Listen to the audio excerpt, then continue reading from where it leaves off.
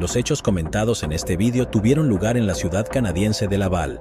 El 2 de octubre de 2009, Natasha Cournoyer, de 37 años, no fue a ver a su madre, no contestó llamadas telefónicas y no estaba en casa. Pronto resultó que ninguno de los amigos y compañeros de trabajo de Natasha la vio ese día.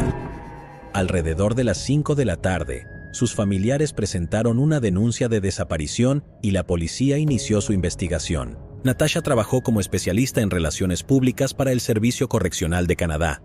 En primer lugar, los detectives decidieron ir a su lugar de trabajo y entrevistar a sus compañeros. Al llegar allí, encontraron que el auto de Natasha todavía estaba en un estacionamiento cercano. En ese momento, un hombre estaba parado cerca de su auto, estaba nervioso y se comportaba de forma bastante extraña. En su conversación con la policía, les dijo que él y Natasha tenían una relación y que él estaba allí porque estaba tratando de descubrir a dónde podría haber ido. El nombre del hombre era Michel Trottier. La puerta trasera del coche de Natasha tenía arañazos. Sin embargo, no estaba claro si esto tuvo algo que ver con su desaparición o si los rasguños aparecieron antes. No había motivos para sospechar que Michel Trottier estuviera implicado en la desaparición de Natasha, y los detectives continuaron su trabajo. Después de entrevistar a los colegas de Natasha, descubrieron que ella estaba en el trabajo el 1 de octubre de 2009. Ese fue el día antes de la desaparición. Ninguno de los que trabajaron con ella ese día notó nada extraño en su comportamiento. Estaba de buen humor y amigable como siempre. Nada parecía molestarla. El 2 de octubre, Natasha necesitaba un día libre mientras ella y su madre planeaban resolver problemas con una lápida de su padre, recientemente fallecido. Por lo tanto, el 1 de octubre permaneció en el trabajo más tiempo de lo habitual y abandonó el edificio alrededor de las 8 p.m. Según sus amigos, Natasha no tenía conflictos con nadie, y era difícil imaginar que alguien pudiera guardarle rencor. Trabajaba en una oficina y no tenía contacto con los presos. La describieron como una persona abierta y amable. La policía envió un gran número de agentes a buscar a Natasha Cournoyer. La búsqueda involucró incluso aviación y servicio canino. Primero examinaron el territorio adyacente al estacionamiento. Sin embargo, no encontraron ninguna pista que pudiera ayudar en la investigación. Los amigos y familiares de Natasha incansablemente colocaban folletos con su foto y esperaban que alguien pudiera verla o saber algo sobre su desaparición. Las primeras horas después de la desaparición de una persona son las más importantes. Ahí es cuando es más probable que se encuentren testigos o alguna evidencia. En el caso de Natasha Cournoyer, se perdió un tiempo valioso porque la policía recibió el informe la tarde del 2 de octubre, 21 horas después de que ella hubiera abandonado su lugar de trabajo. Las actividades de búsqueda se realizaron los días 3, 4 y 5 de octubre y no arrojaron resultados. Sus familiares ofrecieron una recompensa de $10,000 por información que pudiera ayudar a localizar el paradero de Natasha. Michel Trottier, el hombre que salía con Natasha, creía que alguien la había secuestrado. A través de la televisión, se dirigió a un posible secuestrador para pedirle que liberara a su amada. Mientras tanto, la policía estudió la vida personal de Michel y Natasha. Salieron durante 4 años y su relación estaba lejos de ser ideal. Como descubrieron los detectives, Michel y Natasha rompieron varias veces, pero luego reanudaron su relación. La policía consideró todas las versiones posibles sobre la desaparición de la mujer. Al restaurar los acontecimientos del último día de trabajo de Natasha, los detectives accedieron a las cámaras de CCTV dentro del edificio donde trabajaba y en su fachada. Entró al edificio a las 9:04 de la madrugada. Natasha llegó al trabajo en coche, que dejó en un aparcamiento abierto. Aquella mañana había pocas plazas de aparcamiento libres y aparcó el coche en el lado opuesto, lejos de la carretera. Al revisar más a fondo las grabaciones, descubrieron que Natasha salió del edificio a las 8:07 p.m. Otro vídeo confirmó que acudió al lugar donde estacionó su auto, pero ese lugar del estacionamiento tenía una luz muy pobre. En algún momento Natasha desapareció en la oscuridad. Al cabo de unos minutos, se podía ver cómo se encendían los faros del coche. El coche empezó a moverse, no a la salida, sino al lado opuesto del estacionamiento. Este lugar también tenía poca iluminación. Cuando el coche se detuvo, las luces se apagaron. El vehículo permaneció en este lugar durante unos 20 minutos y luego comenzó a desplazarse hacia la salida. Y no era el coche de Natasha, ya que conducía un Mazda. Como se pudo comprobar por otros registros, en el vídeo apareció una minivan Ford Windstar. También resultó que este auto estacionó a las 6:35 p.m. y estacionó al lado del auto de Natasha. Por todo lo visto en el vídeo, La policía asumió que lo más probable es que la desaparición de Natasha Cournoyer se tratara de un secuestro. El quinto día de búsqueda, el 6 de octubre de 2009, ya no se trataba de una persona desaparecida, sino de la privación de la vida de una persona. Encontraron el cuerpo de Natasha en un terreno baldío en el área de Puente Trumbo, a unas 20 millas de donde trabajaba. El cuerpo yacía junto a un camino de terracería que conducía a la orilla del río. La noticia de la muerte de Natasha conmocionó a todos sus familiares y amigos. Se sintieron aún peor cuando escucharon la información del informe del médico forense. La causa de la muerte de Natasha fue el estrangulamiento. Antes de morir, alguien la golpeó 9 veces en la cara y le rompió la nariz. Había marcas en sus muñecas y tobillos que indicaban que alguien la ató durante su vida. Encontraron líquido seminal dentro del cuerpo. Sirvió como fuente de ADN. Mientras esperaban los resultados del análisis de ADN, los detectives intentaron identificar al dueño de la minivan registrada el día de la desaparición de Natasha. En 2009, había 2 moteles cerca de donde trabajaba. 10 días después del hallazgo del cadáver, el 16 de octubre de 2009, la policía los visitó a ambos, comprobando las tarjetas que los huéspedes rellenan al hacer el check-in. La policía descubrió que un hombre que indicó que su vehículo era un Ford Windstar se alojaba en el motel Lido el día que desapareció Natasha Cournoyer. El hombre resultó ser Claude LaRouche, de 48 años, quien estaba registrado como delincuente sexual y cumplió condena 2 veces. En 1993, el tribunal lo condenó a 1 año de prisión y 2 años de libertad condicional por obligar a una conocida de 19 años a tener relaciones sexuales.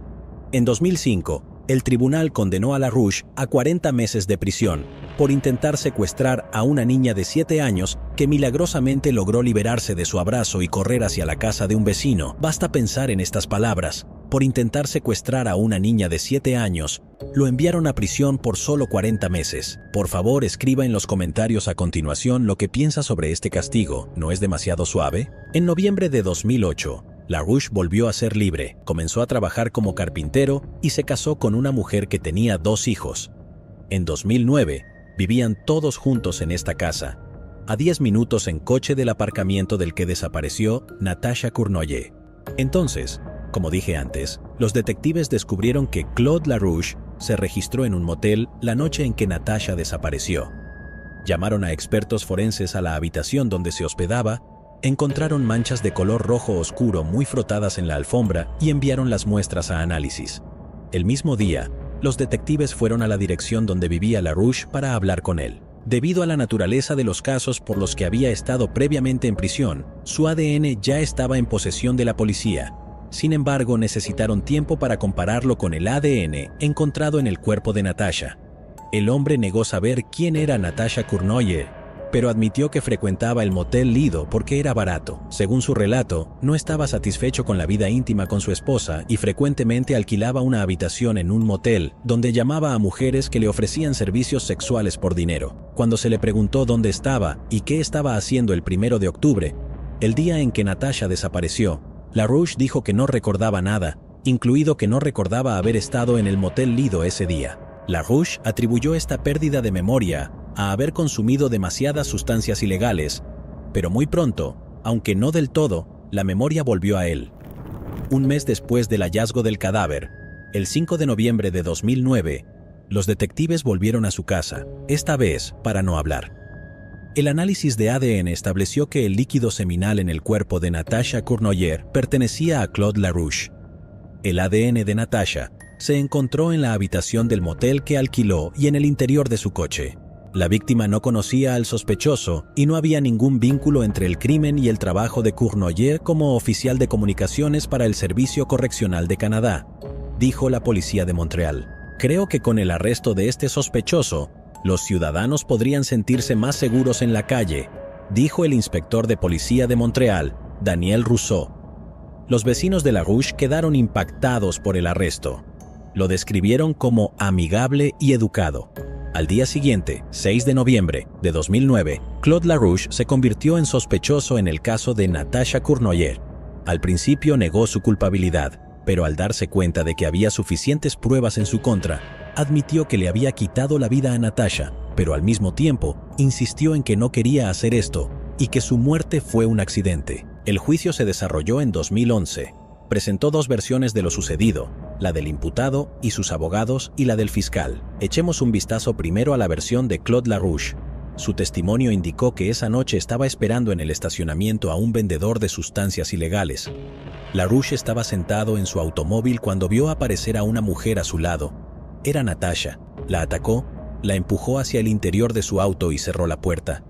Luego habló con ella y Natasha accedió a acompañarlo al motel. Los lapsos de memoria no le permitieron a Claude LaRouche recordar por qué estuvo parado al otro lado del estacionamiento durante 20 minutos y qué hizo. Milagrosamente, el hombre recordaba solo aquellos momentos que no podían jugar en su contra.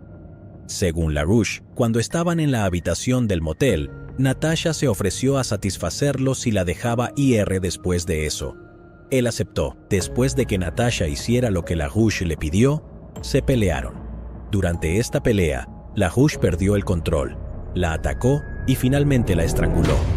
Luego limpió la habitación, metió el cuerpo de Natasha en su coche, condujo a casa y se fue a la cama. Por la mañana, cuando todas las sustancias que había consumido dejaron de funcionar, se dio cuenta de que había hecho algo irreparable y decidió deshacerse del cuerpo. Cortó los documentos y las tarjetas bancarias de Natasha y los arrojó por la ventanilla del coche mientras conducía el cuerpo hasta donde lo encontraron. Una vez más, subrayó que es la versión de Claude LaRouche.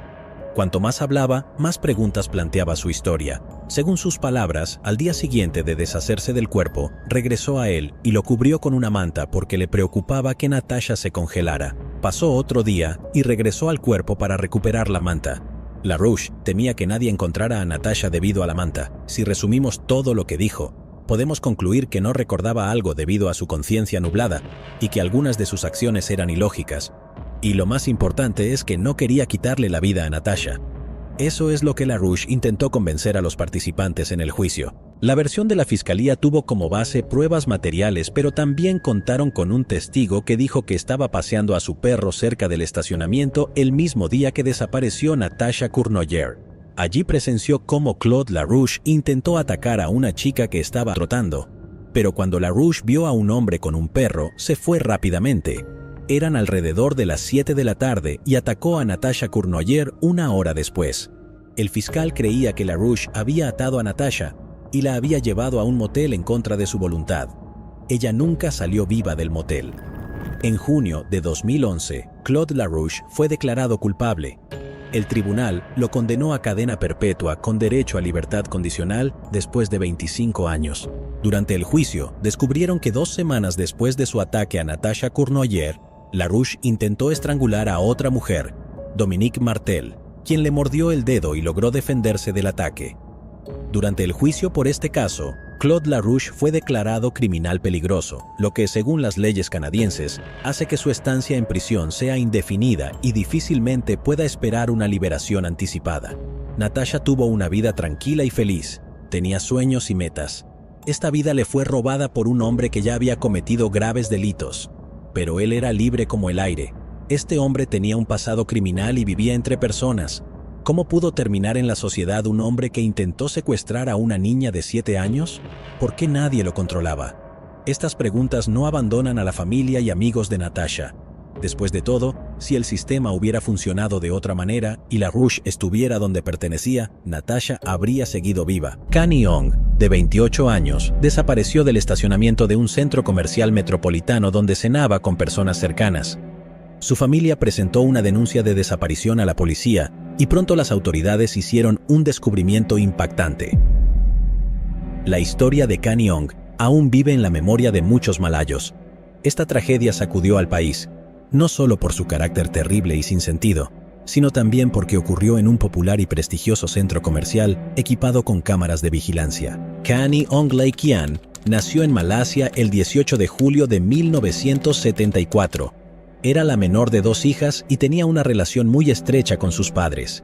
En 1995, Canny viajó a Estados Unidos para estudiar y tratar de desarrollar una carrera en el campo de la tecnología de la información. Viviendo en los Estados Unidos, conoció a un chico llamado Brandon. Era ciudadano estadounidense y de etnia china, cuyos padres emigraron de Singapur hace más de 20 años. Canny y Brandon eran amigos al principio, pero pronto su amistad se convirtió en una relación romántica. Brandon se convirtió en una persona muy cercana para Kani, intentó apoyarla en todo y ayudarla. En 2001 la pareja se casó. Kani tenía todo lo que soñaba tanto en términos de su carrera como de su vida personal. En 2003 trabajó como analista en San Diego, estaba haciendo planes para el futuro junto con su marido y quería ser madre. Pero ese año, una secuencia de ciertos eventos finalmente resultó en que sucedieran eventos horribles.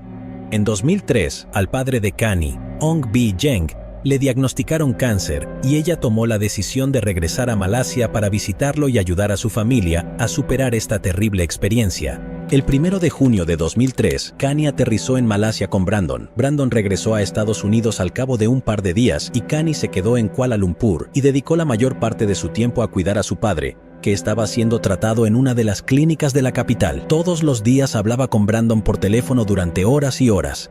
Hablaron de todo, incluso de sus 2 gatos, y ella le reprochó que los sobrealimentara. Casi sonaba como si estuvieran hablando de sus hijos. Al padre de Kani le extirparon el riñón, pero afortunadamente su salud estaba mejorando. Estaba recuperándose. Por eso, el 14 de junio de 2003, Kani planeaba regresar a Estados Unidos. El día antes del vuelo, invitó a su madre, Pearlie, su hermana Elsie y amigos cercanos a una cena de despedida en el restaurante, ubicado en uno de los populares centros comerciales. El 13 de junio de 2003, Kani y su madre llegaron al lugar designado más tarde que los demás. Al no poder encontrar un lugar para estacionar en la calle frente al centro comercial, Kani tuvo que conducir dentro del estacionamiento subterráneo, que no era gratuito. Pero no era la tarifa lo que preocupaba a la madre de Kani, sino el hecho de que el estacionamiento estaba mal iluminado. Dejando el coche, subieron al segundo piso, donde se encontraba el restaurante. Kani estaba feliz de ver a sus amigos de la infancia. A algunos de ellos hacía mucho tiempo que no los veía y tenían mucho de qué hablar. Al cabo de unas horas, empezó a notar que Pearlie parecía cansada. Le preguntó a su madre si quería irse a casa, a lo que Pearlie respondió que tuvo un día muy ocupado y que no le importaba irse. Kani les dijo a sus amigos que regresaría pronto y se levantó de la mesa con su madre y su hermana Elsie. Los 3 se acercaron a la máquina para pagar el aparcamiento. Mientras hacía cola para llegar a la terminal, Kani se dio cuenta de que había dejado una multa de aparcamiento en el coche. Les dijo a su hermana y a su madre que hicieran fila y bajó a buscar el boleto. La cola de la terminal desapareció, pero Kani aún no había regresado. Pasaron 10 minutos más y su hermana empezó a llamarla. La primera llamada quedó sin respuesta y la segunda fue redirigida a un correo de voz. Claramente algo andaba mal. Elsie y Pearlie se dirigieron inmediatamente al estacionamiento, donde, para su sorpresa, descubrieron que el auto de Kani ya no estaba allí. Dieron varias vueltas alrededor del estacionamiento, después de lo cual estuvieron absolutamente seguros de que Kani desapareció junto con el auto. Pearlie estaba segura de que algo le había pasado a su hija, ya que Kani no se marcharía sin decir nada. El estacionamiento tenía poca iluminación, pero había cámaras de vigilancia que podrían dar algunas respuestas. La seguridad del centro comercial no quiso mostrar las imágenes a los familiares de Kani al principio, pero se dieron después de las súplicas de ayuda de su madre. Pearlie y Elsie se sentaron frente a un monitor y vieron las imágenes que las impactaron y confirmaron sus peores temores. Las imágenes mostraban al coche de Kani saliendo del aparcamiento subterráneo a gran velocidad y rompiendo la barrera. Y alguien más lo conducía. La calidad de las imágenes no era buena, pero estaba claro que la persona en el asiento del conductor probablemente era un hombre. Kani estaba sentada a su lado en el asiento del pasajero, y la posición de su cuerpo era como si estuviera recostada contra la puerta, intentando mantenerse lo más lejos posible del conductor. Después de ver las imágenes, Pearlie acudió inmediatamente a una comisaría, donde presentó una denuncia por desaparición y secuestro de su hija. La policía comenzó la investigación y la familia y los amigos de Kani conducían por todo Kuala Lumpur, esperando desesperadamente ver su coche, un Proton Tiara morado. Mientras tanto, Brandon, el marido de Kani, empezó a darse cuenta de que algo andaba mal. Marcó el número de su esposa muchas veces, pero no pudo localizarla. Llamó a su madre, quien se enteró de lo sucedido. La desaparición de Kani conmocionó a Brandon. Pearlie escuchó cómo lloraba por teléfono. Recién al amanecer, los amigos y familiares de Kani regresaron a sus casas. Lamentablemente, su búsqueda no tuvo éxito. La policía difundió información sobre la desaparición y llevó a cabo su propia búsqueda, lo que tampoco trajo ninguna esperanza. Las imágenes del estacionamiento del centro comercial donde secuestraron a Kani no ayudaron a identificar al hombre que conducía el automóvil. Habían pasado más de 72 horas desde la última vez que los seres queridos de Kani la vieron. Para las autoridades era obvio que si Kani Ong había sido realmente secuestrada, no era para pedir rescate, ya que si el móvil fuera el dinero, el secuestrador se habría presentado hace tiempo y exigiría un rescate, y esta situación no auguraba nada bueno, lo cual se confirmó ese mismo día. La policía hizo un descubrimiento siniestro. El auto de Kani fue abandonado en una de las calles de la ciudad.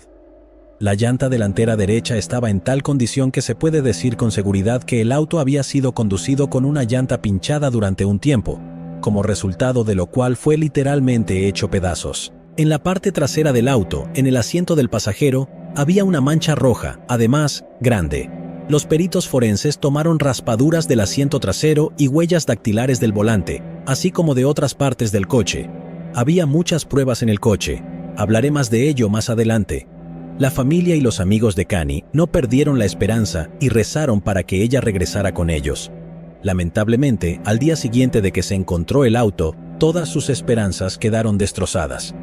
El 17 de junio, un trabajador de la carretera percibió un fuerte olor desagradable procedente de una alcantarilla cerca de una carretera. Cuando levantó la tapa, vio un cuerpo que alguien intentaba quemar con 2 neumáticos y palos. Un equipo de destacados expertos forenses de la Real Policía de Malasia llegó inmediatamente al lugar. Sobre la carrocería yacían 2 neumáticos de coche rellenos de hormigón, que antiguamente se utilizaban como soportes para señales de tráfico. Quien lo escondió allí estaba intentando que fuera más difícil identificarlo. Los peores temores de la familia pudieron confirmarse después de que se encontró el cuerpo, pero Pearlie dijo que no creerá que su hija estuviera muerta hasta que obtenga la confirmación. Hasta que lo hagan, seguiremos esperando que aparezca con vida, dijo. La familia se dirigió a la morgue, pero los médicos dijeron que todavía no podían confirmar que se tratara de Kani Ong. Los familiares tenían muestras de su ADN para realizar un análisis comparativo. Los resultados de la experiencia hicieron realidad la peor pesadilla de los padres de Kani. El cuerpo encontrado era efectivamente el de su hija. Algunas fuentes afirman que incluso antes de los resultados de la prueba de ADN, la familia de Kani identificó las joyas en el cuerpo, pero como madre amorosa, Pearlie creyó y esperó que su hija estuviera viva hasta el final. Es difícil imaginar la tortura emocional que tuvo que pasar. La autopsia reveló que Kani tenía 2 puñaladas en el abdomen. Un médico forense también había encontrado señales de estrangulamiento.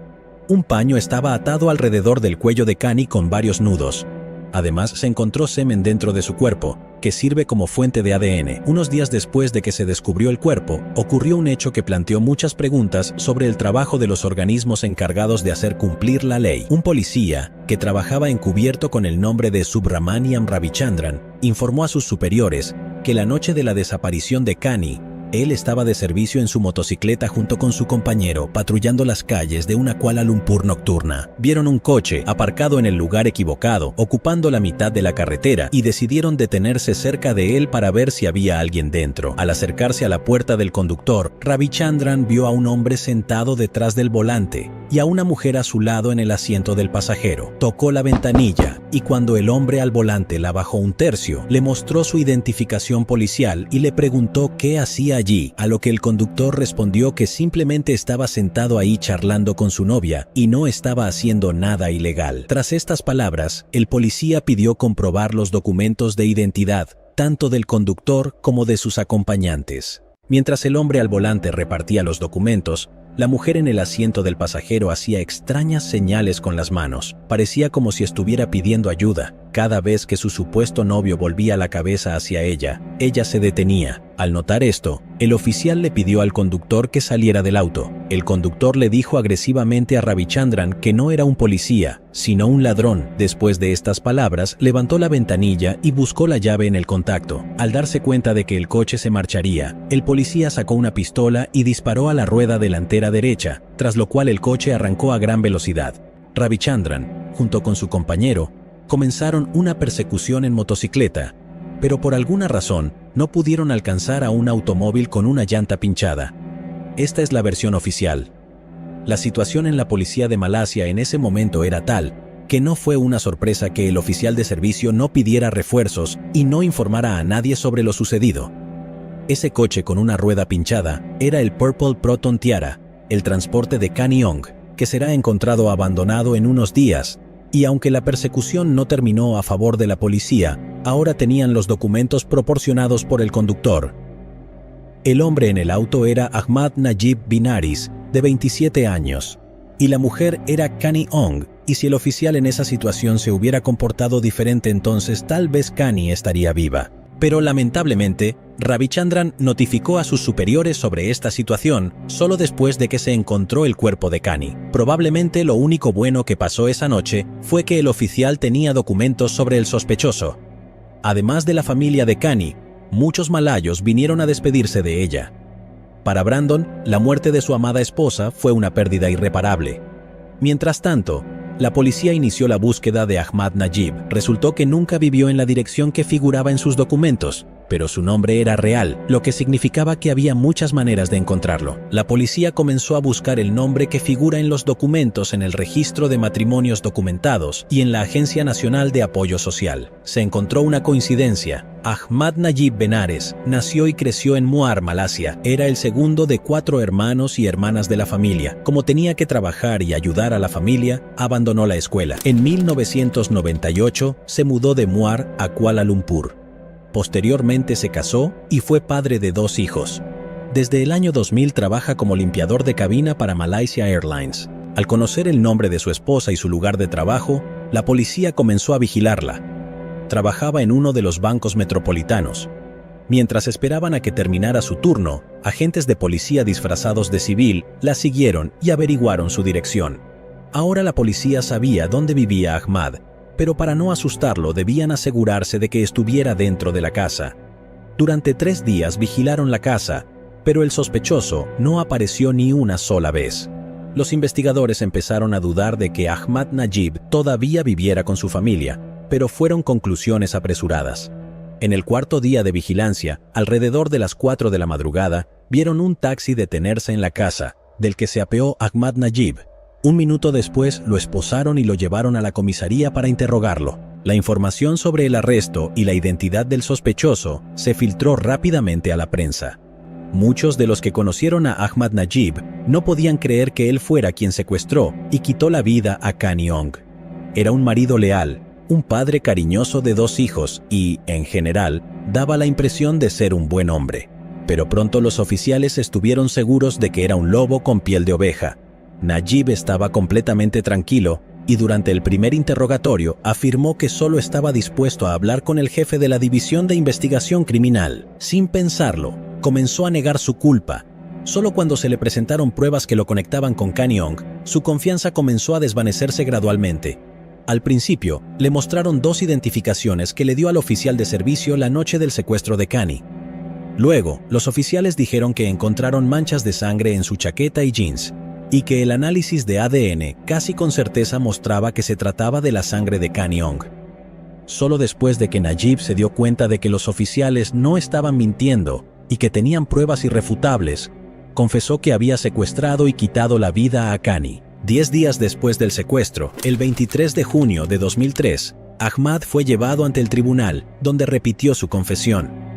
Durante los días siguientes, la policía llevó a cabo un experimento de investigación durante el cual Najib mostró todos los lugares donde estuvo con Kani y explicó en detalle cómo y cuántas veces la obligó a tener intimidad con él, así como cómo le quitó la vida y cómo trató de deshacerse de su cuerpo.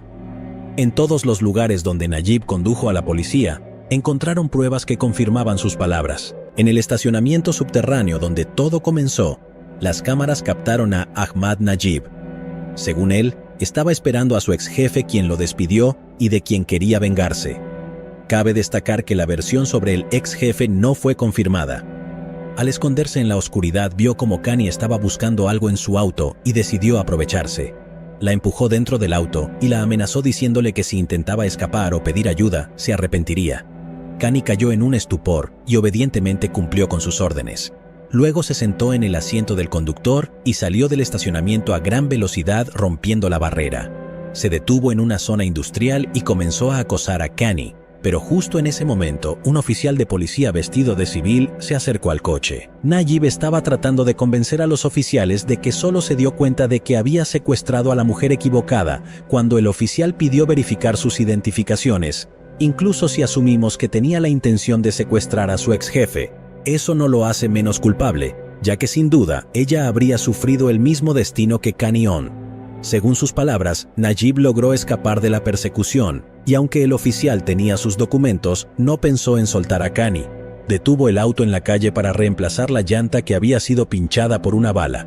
Un auto con una mujer adentro estaba estacionado cerca del lugar donde se detuvo. Se acercó a ella y le pidió un gato. Quería cambiar la llanta, pero luego vio que Kani le estaba señalando con las manos a la mujer que le dio el gato, por lo que abandonó la idea de cambiar la llanta y se fue inmediatamente. Un poco más tarde, se detuvo en un lugar desierto y amenazando a Kani con un cuchillo, la obligó a intimar con él. Luego condujo a otro distrito, donde obligó a Kani a satisfacerlo una vez más. Ambos estaban en el asiento trasero y Kani estaba suplicándole misericordia, pero en lugar de eso, le quitó la vida. Luego, escondió su cuerpo en una alcantarilla cerca de una carretera. Condujo el auto a otro lugar y lo dejó allí. Habían pasado 16 horas antes de que regresara a ese lugar con un bote de gasolina y trató de tapar la evidencia del crimen. Una pericia de ADN confirmó que el semen encontrado dentro del cuerpo de Kani-on pertenecía a Ahmad Najib Binaris. Su ADN también fue encontrado en el auto, al igual que sus huellas dactilares, lo cual fue otra prueba irrefutable de su culpabilidad. La pericia también determinó que la sangre encontrada en su chaqueta y jeans eran los de Kani-on. El juicio comenzó el 15 de septiembre de 2003, apenas 3 meses después de la muerte de Kani. Este caso se convirtió en uno de los más controvertidos en Malasia y ha recibido una gran atención por parte de los medios y el público. El juicio de alto perfil no solo había atraído a malasios y periodistas comunes y corrientes, sino también a aquellos que, en mi opinión, decidieron hacerse un nombre, es decir, abogados, de los cuales a Najib no le faltaron, a pesar de que admitió su culpabilidad durante la investigación y había pruebas más que suficientes de sus crímenes, incluida la evidencia de ADN. Después de consultar con 6 de sus abogados, Najib no se declaró culpable en su primer juicio y afirmó ante el tribunal que confesó bajo presión policial.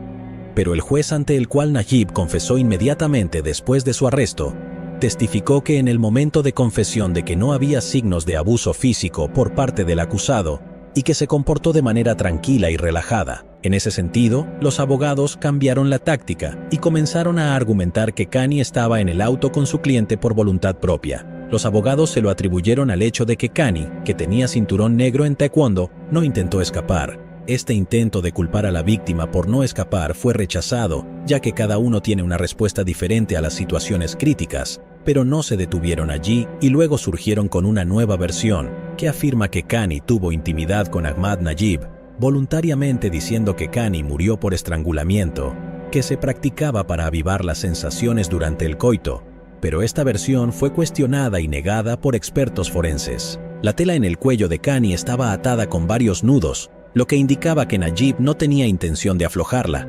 De hecho, la tela estaba tan apretada que la piel debajo era la única mancha en el cuerpo que no fue dañada por el fuego, pero eso no es todo. El paño fue diseñado para limpiar ventanas en un avión, y considerando que el acusado trabajaba como limpiador de cabina, esto lo conectaba aún más con el crimen. Sin mencionar el hecho de que los abogados no sabían cómo explicar las puñaladas en el cuerpo de Kani.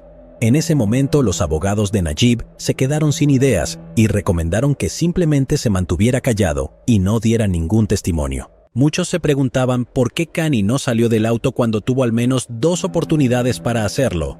Tristemente nunca sabremos la respuesta. Tal vez simplemente se quedó paralizada por el miedo y no pudo huir. El 23 de febrero de 2005, Ahmad Najib Binaris fue declarado culpable de todos los cargos. El juez dijo que las pruebas reunidas apuntan a una sola persona. Por cometer el crimen contra la integridad sexual de Kani-on, Najib recibió la pena más alta según las leyes de Malasia, 20 años de prisión y 10 golpes de caña, pero también fue condenado a muerte por quitarle la vida. Quienes ven con frecuencia este tipo de vídeos sobre crímenes reales saben que, por ejemplo, en los Estados Unidos, los delincuentes son ejecutados con una inyección letal. Sin embargo, en Malasia, este proceso es muy diferente. No usan drogas caras, sino cuerdas que son mucho más baratas. Los abogados de Ahmad Najib hicieron 2 intentos de apelar la sentencia, pero ambos fracasaron. En 2010, Najib escribió al jefe de Estado pidiéndole que conmutara su pena de muerte por cadena perpetua. En su carta se declaró inocente una vez más, pero su solicitud de indulto fue denegada.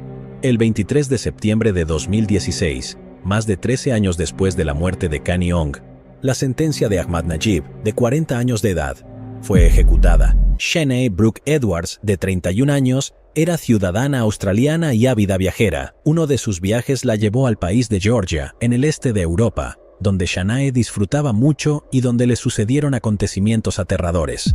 Shanae nació en 1989 en Warrnambool, donde vivía con sus padres y su hermano mayor Tyson. Hay poca información en línea sobre su juventud y su educación, pero así es como la describieron sus seres queridos en un comunicado. Shanae era una aventurera a la que le encantaba estar en la naturaleza, una entusiasta excursionista, motociclista y un alma genuinamente bondadosa, amante de los animales. Ella era un espíritu libre y feliz. Ella avanzó por la vida haciendo el tipo de conexiones profundas y sinceras que la mayoría de nosotros reservamos solo para unos pocos elegidos. Extendió generosidad, paciencia, amor y bondad a todos los que se cruzaron en su camino, por nombrar algunos. Las personas sin hogar con las que compartía las sobras del café en sus turnos y en Melbourne, los niños huérfanos a los que enseñó en Colombia, los niños de Camboya a los que enseñaba inglés, los estudiantes japoneses a los que daba clases particulares y más recientemente, la gata callejera preñada que adoptó a Shanae y decidió ser madre en su terraza de Georgia. Shanae llegó en 2019 a Georgia, que la había atraído durante mucho tiempo por su naturaleza, historia y vistas.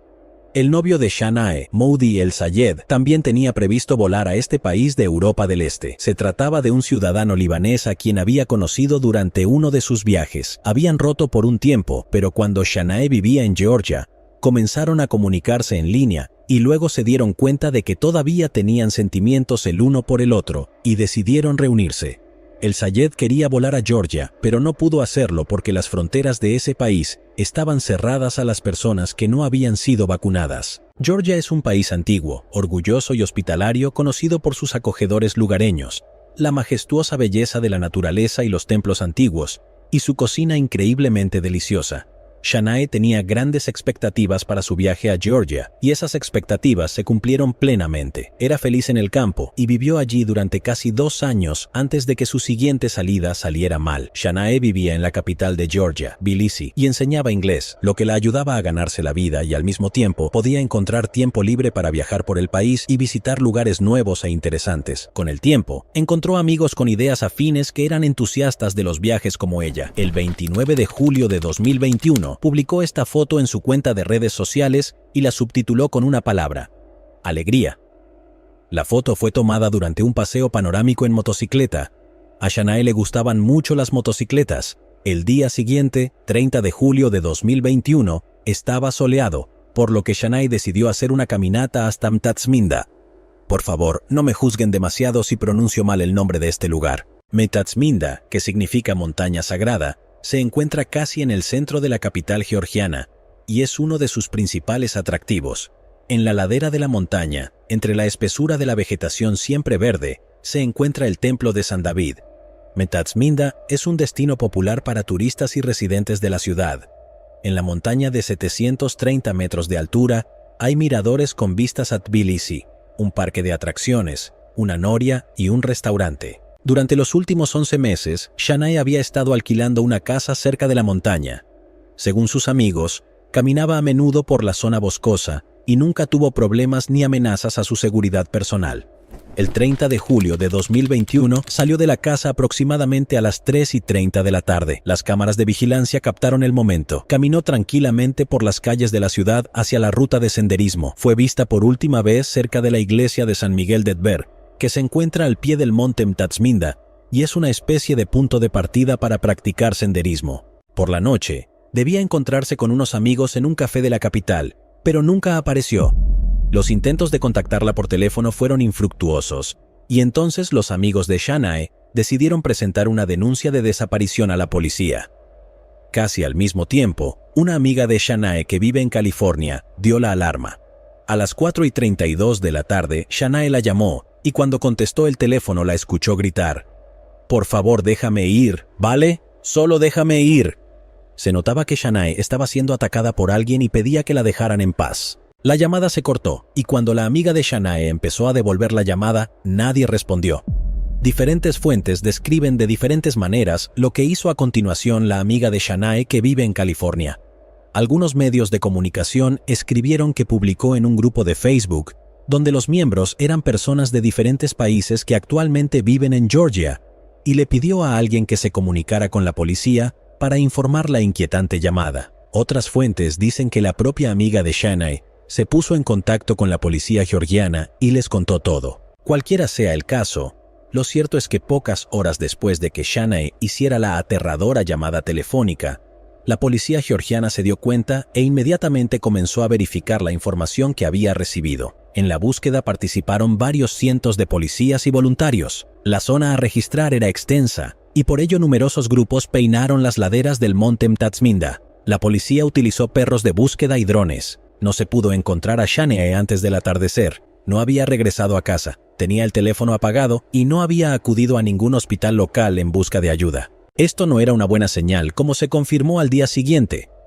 Desafortunadamente, el 31 de julio, después de una búsqueda intensiva, Shanae Brooke Edwards, de 31 años, fue encontrada muerta cerca de una ruta de senderismo. El perpetrador intentó encubrir las pruebas del crimen, por lo que escondió el cuerpo debajo de ramas y hojas de árboles.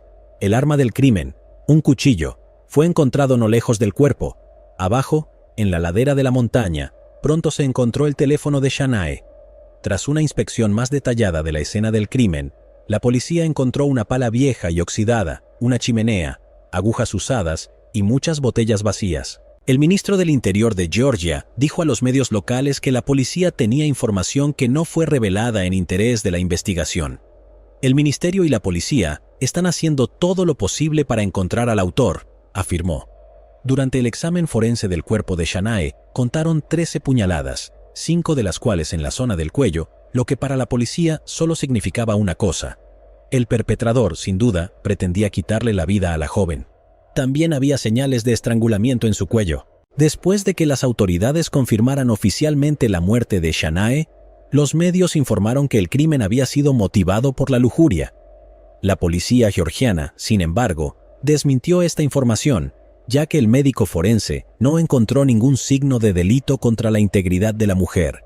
El enfurecido novio de Shanae, Moody El Sayed, prometió localizar al culpable sin importar cuánto tiempo le llevara para vengarse de él.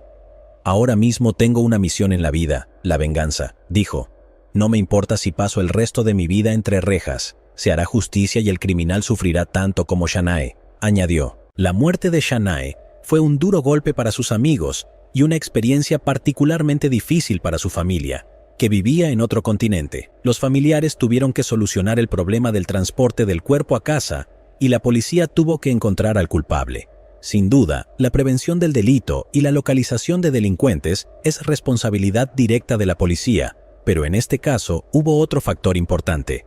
Los ingresos del turismo en Georgia superan los $1.000 millones al año. Y el hecho de que uno de los viajeros perdiera la vida en un lugar popular, la capital del estado, podría haber tenido un impacto negativo en toda la industria turística. La policía entrevistó a más de 200 personas, entre amigos, compañeros de trabajo, vecinos de Shanae y empleados y visitantes del parque.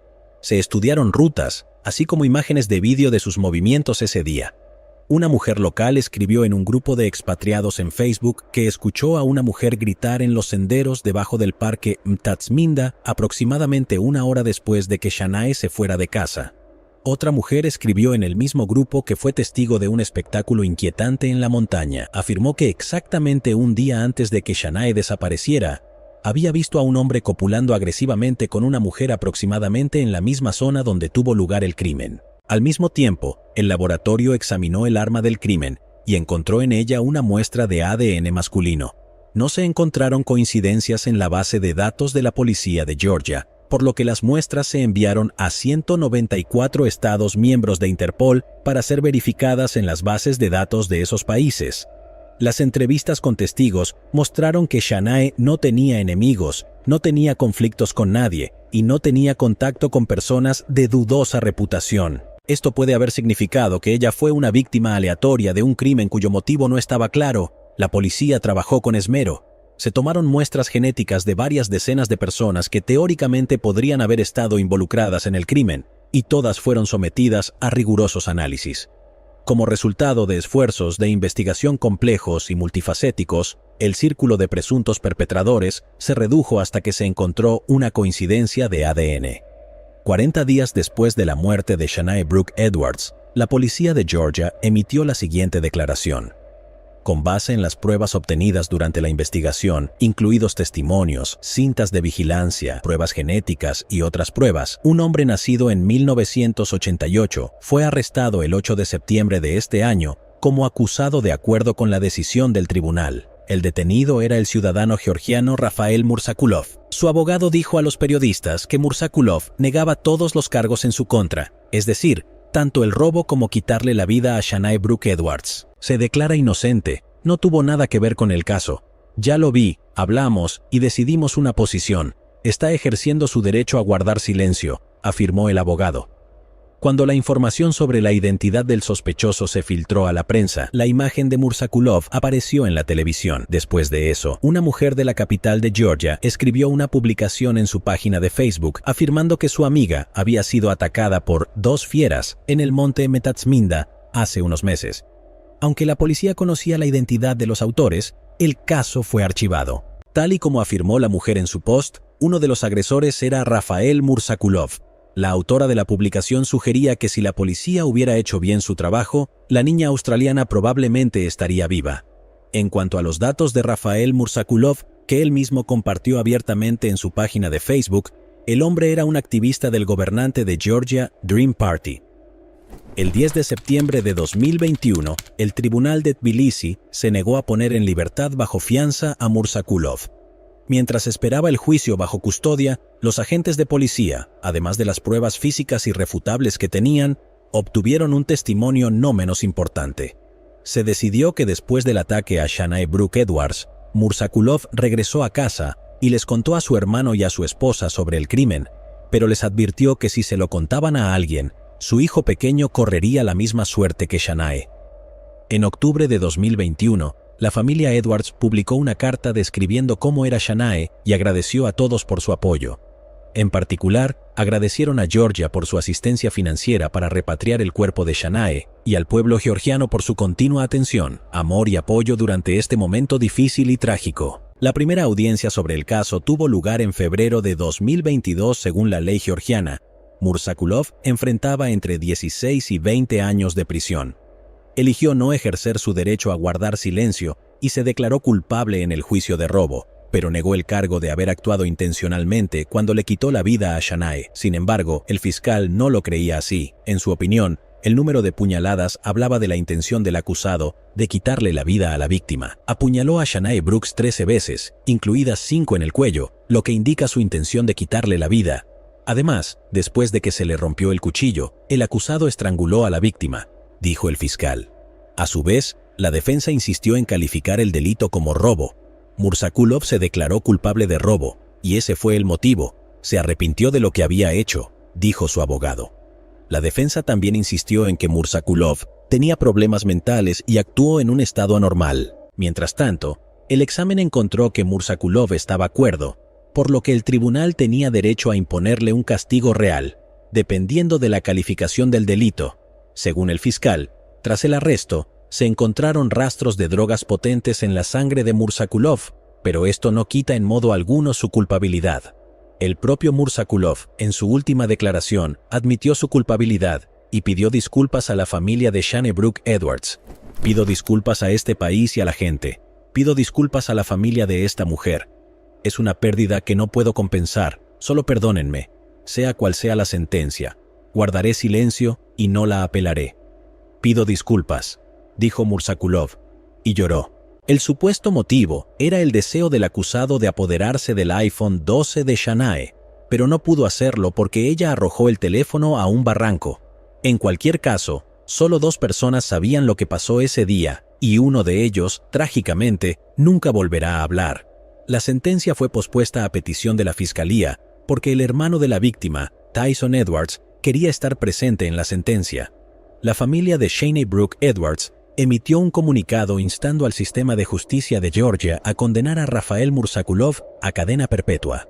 Perdimos a nuestra hermosa niña de manera increíblemente trágica. Dejó a muchos amigos y familiares decepcionados y devastados. Estamos orgullosos de todos los éxitos que Shanae ha logrado en muchos países durante su corta vida, dice el comunicado de la familia de Shanae Brooke Edwards. En el juicio celebrado el 9 de marzo de 2022, Rafael Murzakulov fue declarado culpable. El hermano de Shanae, Tyson, en nombre de la familia, pidió una vez más que el acusado sea condenado a cadena perpetua. Murzakulov se disculpó con Tyson Edwards diciendo que él no es ese tipo de persona y que simplemente se metió en esta situación, como resultado de lo cual Rafael Murzakulov, de 33 años, fue sentenciado a 20 años de prisión. Según la ley georgiana, 20 años es la sentencia máxima que podía recibir. Echen un vistazo a esta foto. Muestra a Rexford Lynn Keel Jr., más conocido como Lynn Keel, y su esposa Elizabeth Bess Edwards Keel. Estuvieron casados durante más de 20 años. En 2005, Lynn trabajaba como camionero y Elizabeth era empleada de Microvac Laboratories.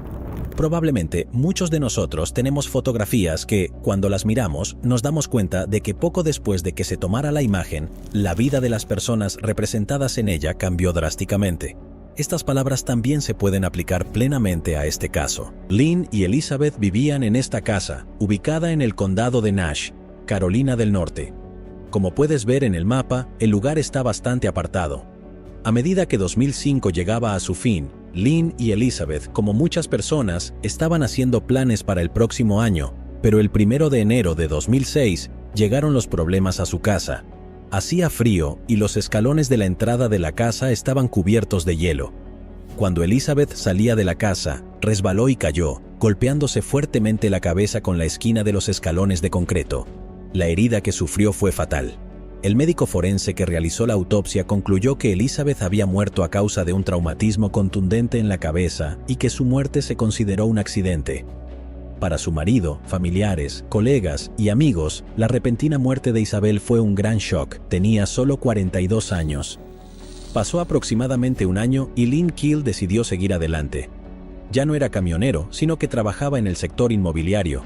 En 2007 visitó América Latina en una visita de trabajo. En ese viaje, Lynn, que en ese momento tenía 45 años, conoció a Diana, que era 19 años menor que él. Diana era de Bogotá, Colombia. Era sorprendentemente hermosa, amable y madre soltera con una hija. La relación entre ellos se desarrolló rápidamente y con sus pensamientos sobre el sueño americano, Diana se mudó a los Estados Unidos.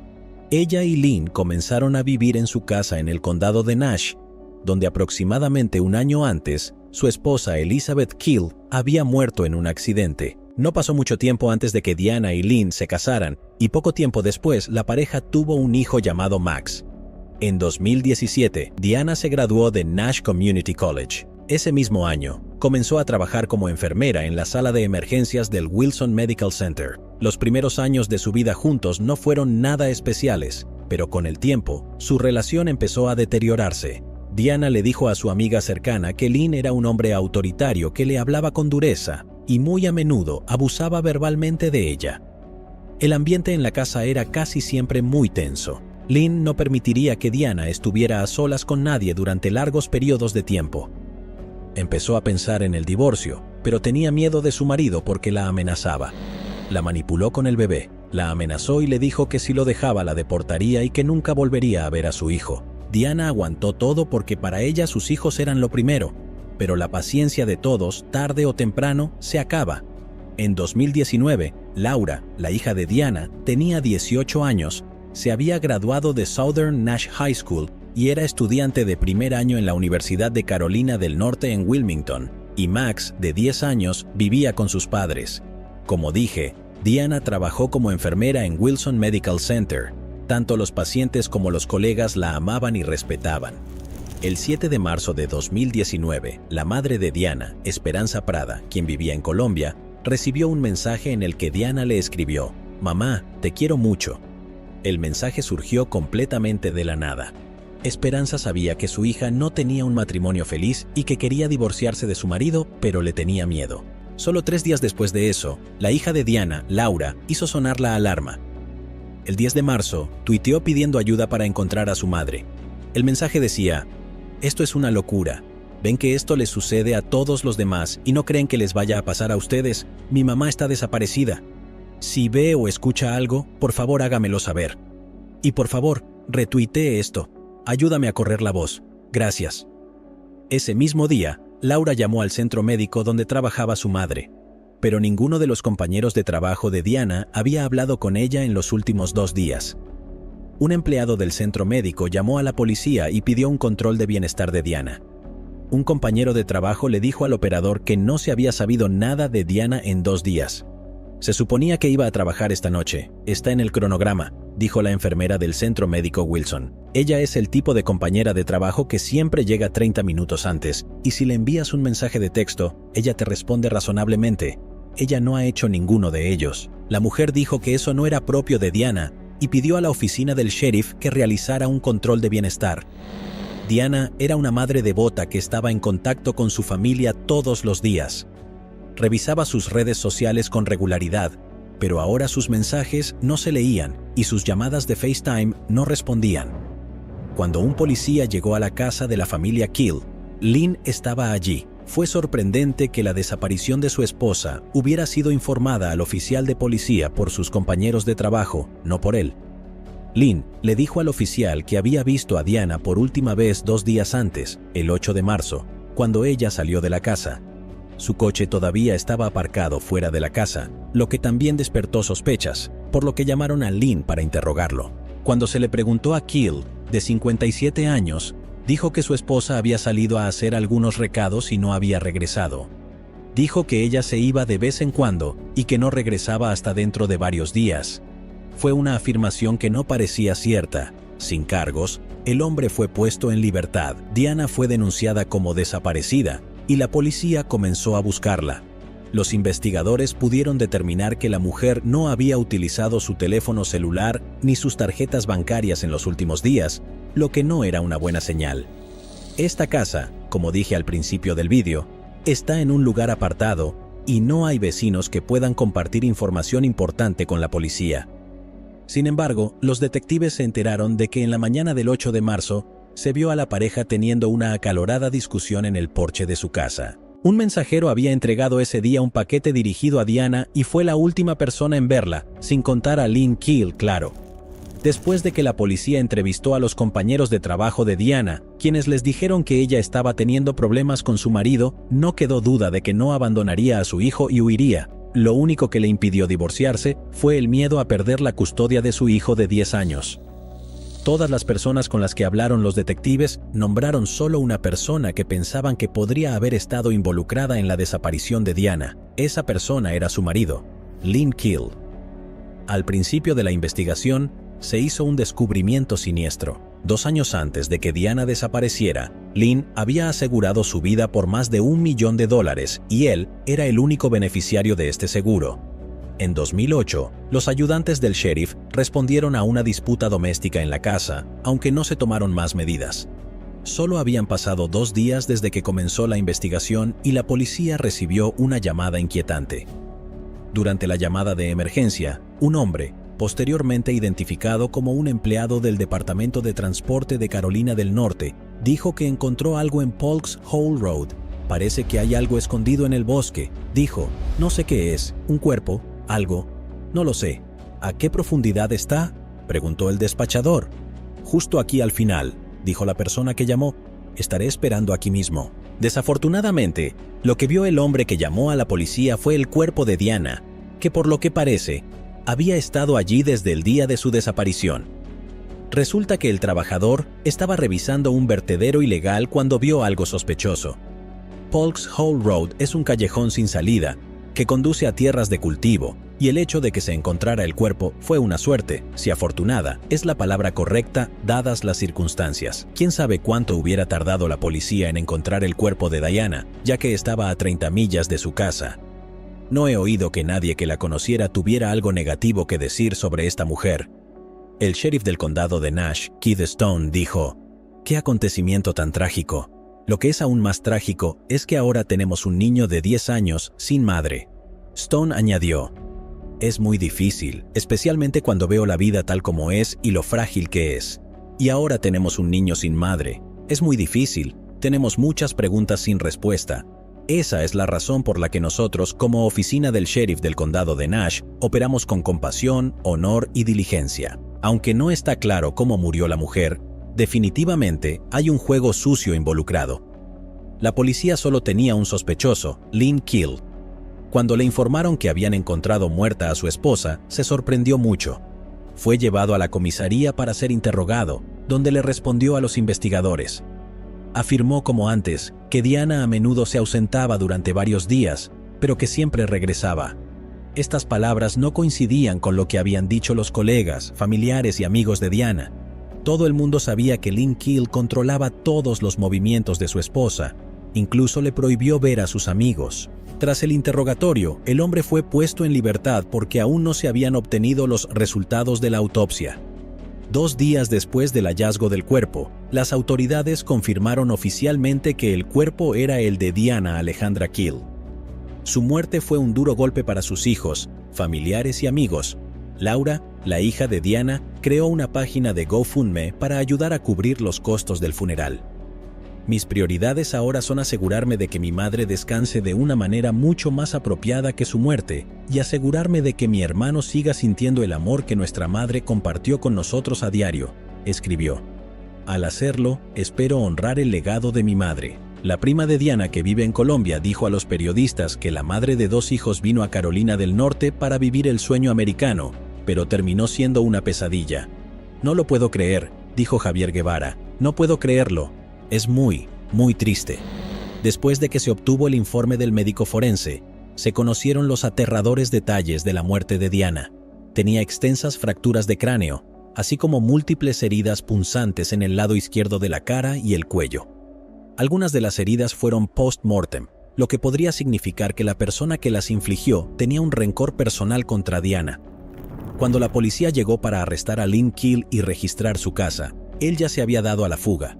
Fue incluido en una lista de personas buscadas a nivel nacional y un informe indicaba que podría estar conduciendo una camioneta de color dorado y advertía que podría ser peligroso. Se supo que después de que Lynn Keel abandonó la comisaría tras ser interrogado, llevó a su hijo de 10 años a la casa de sus padres, tomó el coche de su padre y huyó. Según una orden para registrar la casa que compartían Diana y Lynn Keel, las autoridades confiscaron una variedad de armas de fuego, incluidos rifles, pistolas y revólveres. También se incautaron espadas, un machete y varios cuchillos. Las órdenes judiciales muestran que las autoridades encontraron 2 páginas de un diario perteneciente a la hija de 18 años de Diana Keel dentro de una Dodge Ram, propiedad de Lynn Keel. Cuando se le preguntó al sheriff sobre su contenido, respondió que no se sentía cómodo divulgando lo que estaba escrito en esas páginas. Mientras tanto, continuaba la búsqueda de Lynn Keel. Se determinó que había abandonado el estado, pero se desconocía su paradero. Stone dijo que la oficina del sheriff había recibido llamadas de Texas y Florida sobre la camioneta de Keel, pero no se confirmaron detalles adicionales sobre su captura. Pidió al público que pasara por los moteles y hoteles locales y ver si notaban una camioneta con el número de placa que figura en la hoja de información distribuida. No tenemos idea de dónde podría estar, dijo. Esta es una oportunidad para que el público ayude porque esta persona es peligrosa. El 17 de marzo de 2019, 5 días después de que se descubriera el cuerpo de Diana, Lynn Keel fue detenido por la Policía Estatal de Arizona a 34 millas de la frontera de Estados Unidos con México. Estaba en posesión de una gran suma de dinero en efectivo y una gran cantidad de diversos productos enlatados. Supuestamente planeaba cruzar la frontera y escapar a territorio mexicano. Después de su arresto, Lynn Keel fue trasladado en avión al condado de Nash, donde fue acusado en relación con la muerte de su esposa, Diana. Los expertos creían que todavía estaba viva cuando la cargaron en su propia camioneta, la llevaron al bosque y la dieron por muerta. Por lo tanto, Lynn Keel también fue acusado de secuestro. Al registrar la casa, los investigadores forenses encontraron pruebas abrumadoras de que el ataque a Diana tuvo lugar en el dormitorio. Según el fiscal, luego de llevar a Diana a una zona remota, Keel acudió a un Walmart local donde compró artículos de limpieza, con los que intentó encubrir pruebas del crimen. Luego de ser arrestado, la hija de Diana, Laura, escribió las siguientes palabras en su cuenta de Facebook: «Sé que todos tienen un cierto sentimiento hacia lo que mi padrastro le hizo a mi familia. Sin embargo, les ruego a todos que no difundan odio. Mi hermano tiene un corazón tan puro que no necesita ver ese odio. Todos debemos concentrarnos en lo maravillosa que fue mi madre al curarnos lo mejor que pudimos». La naturaleza brutal del crimen y la posterior huida de Keel de la justicia atrajeron la atención de los medios locales, estatales y nacionales sobre el caso. La atención de los medios hizo que el defensor público en ese momento pidiera un cambio de sede para que se pudiera seleccionar un jurado fuera del condado de Nash. A pesar de la naturaleza generalizada de la atención de los medios centrada en el crimen, la moción para un cambio de sede se centró específicamente en las percepciones en el condado de Nash. La cobertura de los medios incluyó, entre otras cosas, conferencias de prensa del sheriff del condado de Nash, muchos artículos escritos en periódicos locales, artículos en línea, cobertura televisiva y debates en las redes sociales. Las discusiones en los medios incluyeron especulaciones sobre el fallecimiento de la esposa anterior del acusado. La moción decía: el Estado objetó a la moción, pero sí señaló que el Estado tenía preocupaciones sobre la eficiencia y una pérdida de recursos y tiempo en caso de que un juicio comenzara en el condado de Nash y luego debiera ser transferido a otro lugar después de que comience el proceso del juicio en el condado de Nash. Al final, el juez del Tribunal Superior del Condado de Nash, Quentin Sumner, decidió trasladar el lugar al condado de Pitt. En el documento que describe su decisión, Sumner declaró que existe en el condado de Nash un prejuicio contra este acusado, por lo que no puede obtener un juicio justo e imparcial dentro del condado de Nash. En octubre de 2021, Rexford Lynn Keel, de 59 años, no impugnó los cargos en su contra para evitar un juicio prolongado. Una declaración de no impugnación similar a una declaración de culpabilidad significa que el acusado acepta la responsabilidad por el cargo. Keel se declaró culpable de asesinato en segundo grado y secuestro en primer grado. Los abogados defensores de Keel pidieron que el juez tenga en cuenta que ha estado sufriendo insuficiencia renal y ha estado encarcelado durante los últimos 2 años. Pero al dictar sentencia, la madre de Diana le recordó al tribunal la razón por la que su hija ya no estaba viva. Dijo que quería decirle a las mujeres que si sus parejas eran abusivas, necesitaban huir. No se queden ahí, suplicó mientras le pedía al juez una sentencia severa. Quiero que tengan la misma compasión por Keel que él tuvo cuando la mató. El primo de Diana emitió la siguiente declaración de parte de toda la familia de Diana Alejandra Keel. Queremos extender un enorme agradecimiento a todas las fuerzas del orden involucradas en detener y traer a Lynn Keel, el sospechoso del asesinato de Diana, para enfrentar a la justicia. Quiero expresar la inmensa gratitud que nuestra familia ha sentido, incluida la verdadera empatía de la oficina del sheriff del condado de Nash, junto con tantos mensajes sinceros de apoyo y amor desde que comenzó esta pesadilla. Sabemos que Diana Alejandra ha sido vista por el público como la increíble madre, hija, hermana, prima, amiga y compañera de trabajo que era. Ella amaba a sus 2 hijos más de lo que puedo expresar. Todo lo que hizo fue por ellos. Trajo alegría a este mundo con su risa contagiosa, su sonrisa brillante y su gran corazón por los demás, incluidos los animales, por todos los que la conocieron y por aquellos a quienes les hubiera gustado conocer. Por favor, piensen en ella y sus hijos solo con los pensamientos más amables y la energía positiva posible. Muchas gracias por su continuo apoyo. Lynn Keel no dijo cuál fue el motivo del crimen. Tal vez se enteró de que Diana se estaba reuniendo con un abogado y quería comenzar el proceso de divorcio. Tampoco debemos olvidar que la póliza de seguro estaba valorada en más de $1 millón. Según el acuerdo de declaración de culpabilidad, Lynn Keel fue sentenciado a entre 32 y 41 años de prisión. Pero eso no es todo. La policía tuvo preguntas relacionadas con la muerte de la primera esposa de Lynn Keel, Elizabeth. ¿Fue su muerte realmente un accidente? Su familia dijo que siempre tuvieron preguntas sobre su muerte. En un comunicado, la familia de Elizabeth Keel dijeron que siempre han cuestionado la muerte de Beth y se sienten profundamente tristes porque ahora se ha quitado otra vida. Vamos a trabajar en todas las pistas de eso y vamos a regresar y ver la información que teníamos en los primeros informes de incidentes. Stone dijo, vamos a hablar con la oficina del fiscal de distrito, es algo que debemos analizar. Elizabeth Keel está enterrada en un cementerio familiar en Spring Hope. Stone dijo que en este momento está trabajando con un patólogo y repasando todas las pruebas. Dijo que hay una gran posibilidad de que exhumen el cuerpo de Elizabeth Keel. El Dr. John Butts fue el médico forense jefe en Carolina del Norte durante 24 años. Solo iba a exhumar un cuerpo si había alguna pregunta que no se abordó en ese momento y que podría abordarse volviendo a examinar los restos, dijo Butts. Según él, ha habido muchos casos en su carrera en los que una muerte considerada accidental resultó ser un asesinato. Alguien se cayó de algo y fue asesinado y luego con información adicional resulta que no se cayeron. Fueron empujados y no habría diferencia en el examen. Tendríamos los mismos hallazgos, pero, por supuesto, ahora las circunstancias que llevaron a por qué lo que sucedió ha cambiado, dijo Butts. No ha aparecido nueva información relacionada con la muerte de Elizabeth Keel en los últimos 2 años. Podemos suponer que las autoridades no han encontrado ninguna razón para reabrir la investigación y exhumar el cuerpo, pero es posible que escuchemos más sobre este caso en el futuro. En abril de 2005, una mujer llamada Jennifer Wilbanks desapareció apenas 4 días antes de su propia boda. Cientos de personas vinieron a buscarla y la historia de su desaparición llamó la atención de los medios internacionales. Muchas mujeres fantasean con el día en que se casarían con la persona que aman. Creen que este gran evento será único en sus vidas.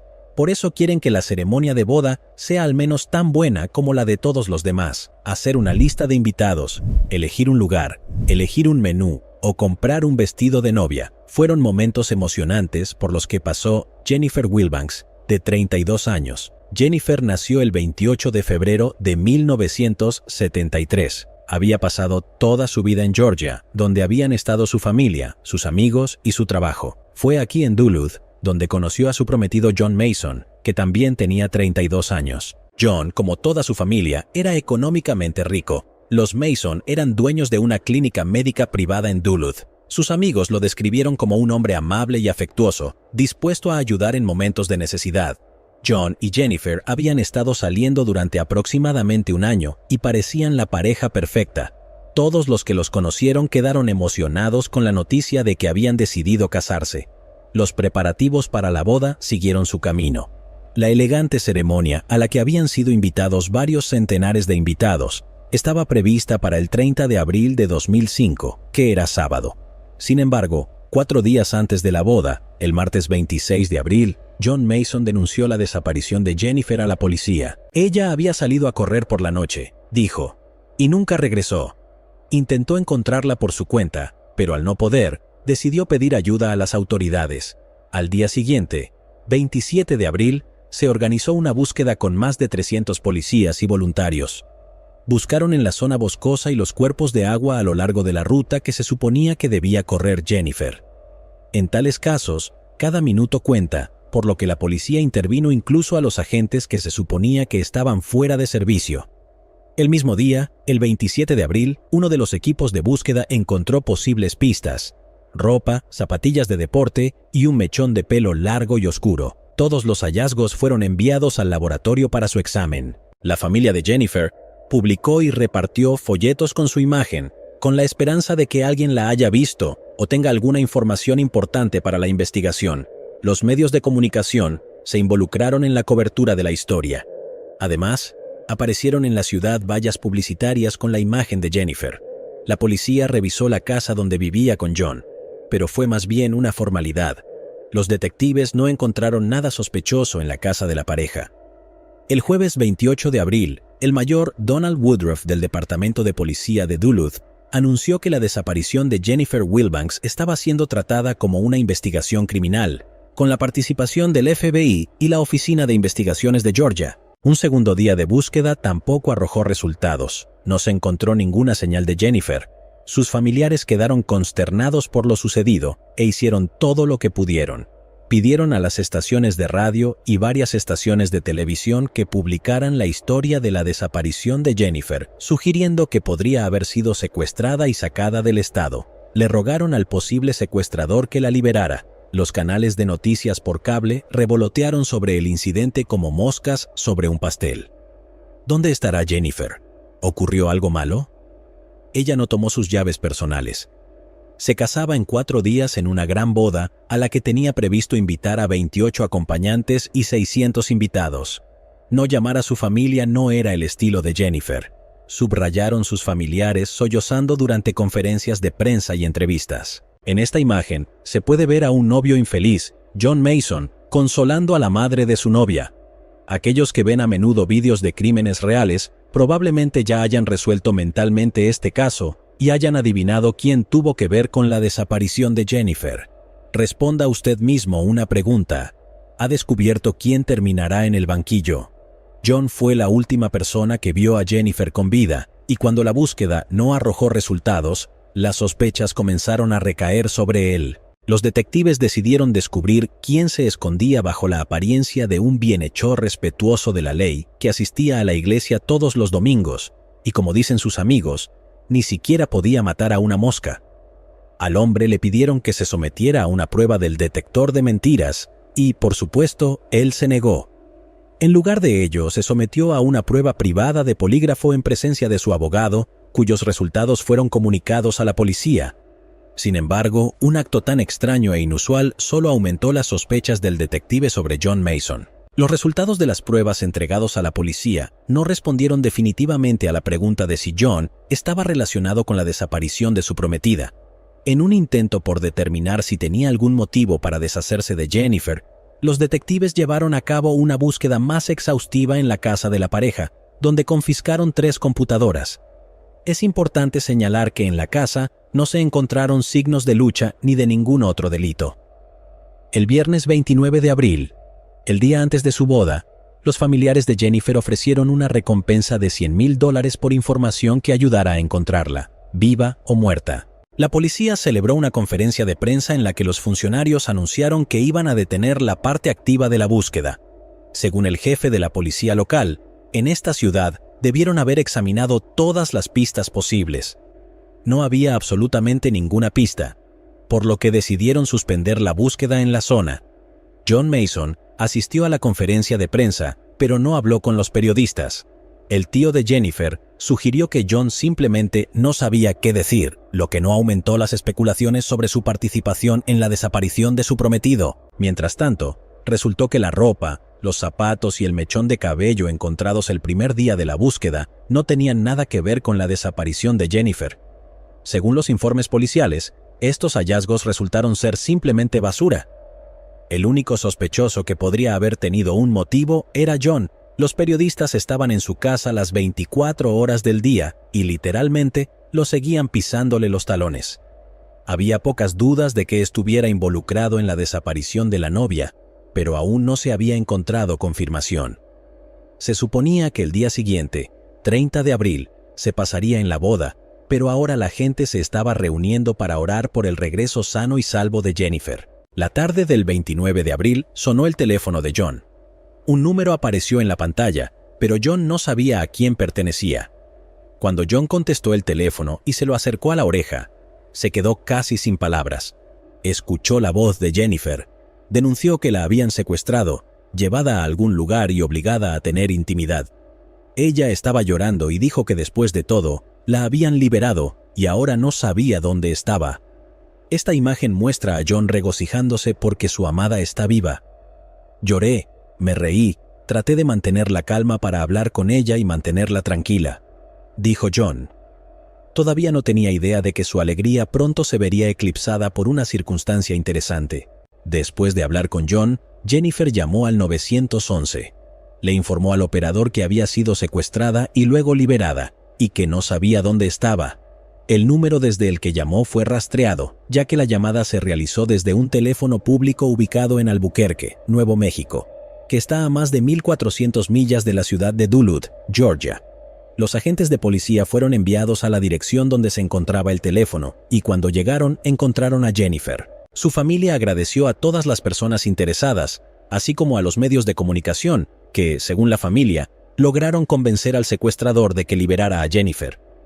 Cuando la policía llevó a Jennifer a la comisaría, notaron que su apariencia no coincidía con los relatos de lo que ella dijo.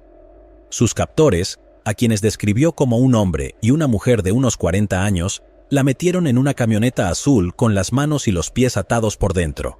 Los agentes del FBI que vinieron a hablar con Jennifer rápidamente identificaron inconsistencias en su historia y cuando se las señalaron, ella admitió que nadie la había secuestrado. El 26 de abril le dijo a John que iba a salir a correr, pero en lugar de eso fue a la estación y abordó el autobús que la llevó a Nuevo México. Según ella, lo hizo porque no podía soportar la presión y la emoción de su próxima boda. Los medios de comunicación descubrieron que tenía antecedentes de conducta delictiva, incluidos 3 cargos distintos de robo en tiendas. En 1996, robó mercancías por valor de $37 de un Walmart. En 1997, ella fue acusada de robar $1,740 en mercancía de otro supermercado. Noten que tenía 24 años en ese momento. Jennifer pagó los daños y fue asignada a servicio comunitario, y después de completarlo, se retiraron los cargos de robo. En 1998, la pillaron robando de nuevo, esta vez por $98 en concepto de daños y perjuicios. También fue acusada de robar en las casas de personas que la contrataron como niñera. Ella siempre logró evitar el encarcelamiento porque los robos eran insignificantes. Después de que terminó su historia de secuestro, todo estuvo bien en cierto sentido. Jennifer fue encontrada viva y ilesa, pero por otro lado, el estado de Georgia había gastado casi $60,000 buscándola. El 30 de abril, Jennifer regresó a Duluth. Para protegerse de la atención de la gente y los periodistas que la saludaban en el aeropuerto, escondió su cabeza bajo una manta. No se habló más de la boda, que estaba prevista para ese día y se pospuso indefinidamente. Dejó Georgia debido a las presiones de la boda, dijo el oficial Michael Medrano. La lista de cosas que necesitaba hacer y la falta de tiempo para hacerlo la hacía sentir abrumada. Resulta que la señorita Wilbanks básicamente sintió la presión de esta gran boda y no pudo soportarla, añadió el jefe de policía de Duluth, Randy Belcher. John resultó ser un novio abandonado que, contrariamente a rumores, sospechas y acusaciones infundadas, no tuvo nada que ver con la desaparición de su novia. Jennifer fue apodada la novia fugitiva. Pidió disculpas públicamente a su familia, amigos y residentes. Según John, lo primero que hizo cuando volvió a ver a Jennifer fue darle el anillo de compromiso que ella había dejado para demostrarle que todavía quería casarse con ella. Solo porque no hemos caminado hacia el altar, solo porque no nos hemos parado frente a las 500 personas y hemos dicho nuestro sí, quiero. Mi compromiso ante Dios con ella fue el día que compré ese anillo y se lo puse en el dedo, expresó Mason en Fox. Y no voy a dar marcha atrás en eso ahora. El 9 de mayo de 2005, Jennifer fue a un centro médico para abordar los problemas físicos y mentales que ella creía que fueron decisivos en su fuga. El 25 de mayo de 2000, fue acusada de hacer declaraciones falsas relacionadas con su secuestro. Se enfrentaba a hasta 5 años de prisión por este cargo. El 2 de junio de 2005, como parte de un acuerdo de culpabilidad, Jennifer fue declarada culpable de perjurio y sentenciada a 2 años de libertad condicional y 120 horas de servicio comunitario. También se le ordenó pagar poco más de $15,000 en restitución por los gastos incurridos por la ciudad en su búsqueda. Sin embargo, la cosa no termina ahí. En septiembre de 2006, Jennifer demandó a su ahora ex prometido John Mason. Para entonces, la pareja había roto su compromiso y se había separado. En la demanda, Jennifer afirmó que mientras estaba en tratamiento, ella le dio a John un poder para actuar en su nombre. Según ella, John vendió los derechos de su historia por $500,000 a Reagan Media. Encima utilizó las ganancias para comprar una casa, que estaba registrada únicamente a su nombre. Ahora que habían roto, John la había echado de la casa. Jennifer exigió $250,000 de compensación por su parte de la casa y otros $250,000 por daños y perjuicios. John Mason contrademandó, alegando angustia emocional por haber sido abandonado en el altar y sospecha de participación en la desaparición de Jennifer. En diciembre de 2006, ambas partes retiraron sus demandas. Al parecer, se llegó a un acuerdo entre ellos. Gracias a la atención no solo de los medios estadounidenses, sino también de varios medios mundiales, Jennifer se hizo popular por un tiempo, y algunas empresas querían ganar dinero con su fama. Hero Builders, un fabricante de figuritas, se apresuró a crear una muñeca que representaba a Jennifer Wilbanks con un traje deportivo y con la inscripción Vegas Baby.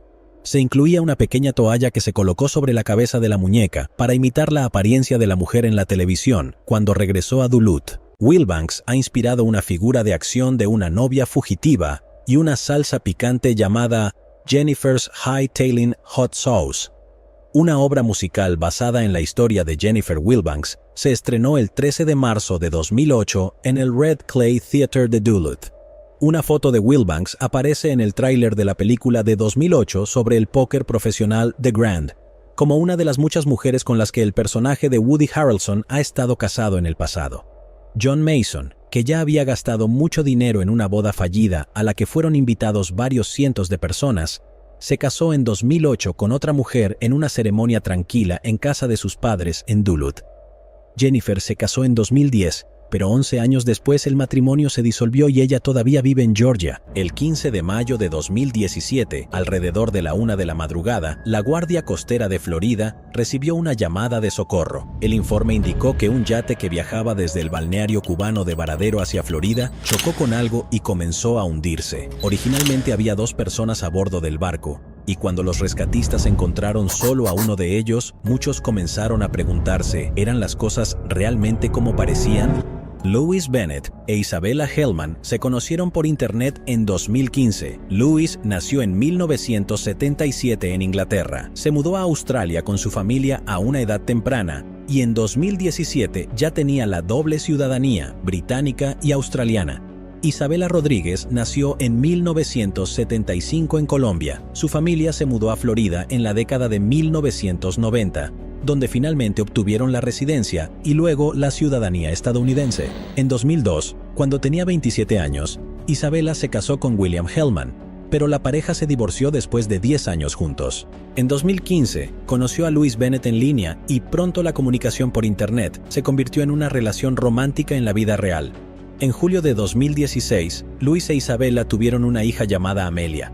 6 meses después del nacimiento del bebé, la pareja compró un apartamento en Delray Beach, una ciudad en la costa atlántica de Florida.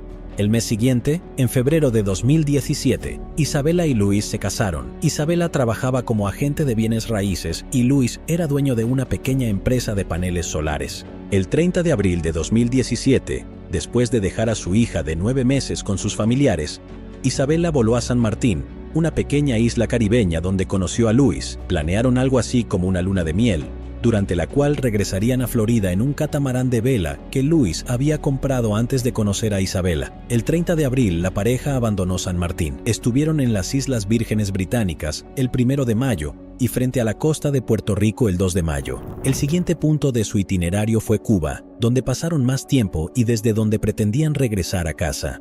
El 14 de mayo, alrededor de las 5:30, el catamarán zarpó del balneario cubano de Varadero. 3 horas más tarde, Isabella llamó a su hermana a su teléfono celular para decirle que estaría en casa mañana, pero alrededor de la 1 a.m., Louise había enviado una llamada de socorro, se puso en contacto con la Guardia Costera de Estados Unidos e informó que el barco había comenzado a hundirse tras una colisión con un objeto desconocido y que su esposa estaba desaparecida.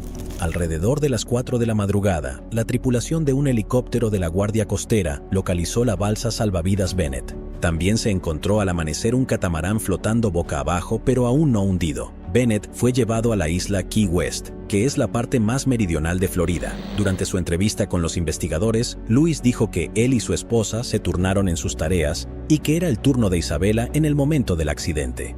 Estaba dormido en su camarote, pero se despertó y vio que el barco parecía haber chocado con algo. Al subir a cubierta y al no ver a su esposa allí, comenzó a gritar su nombre, pero nunca obtuvo respuesta.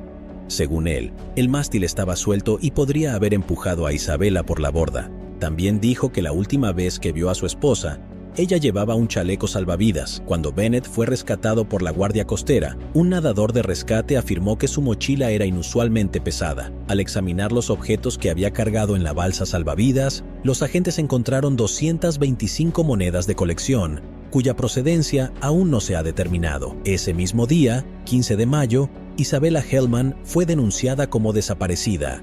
Se llevó a cabo una operación de búsqueda y rescate desde el agua y el aire.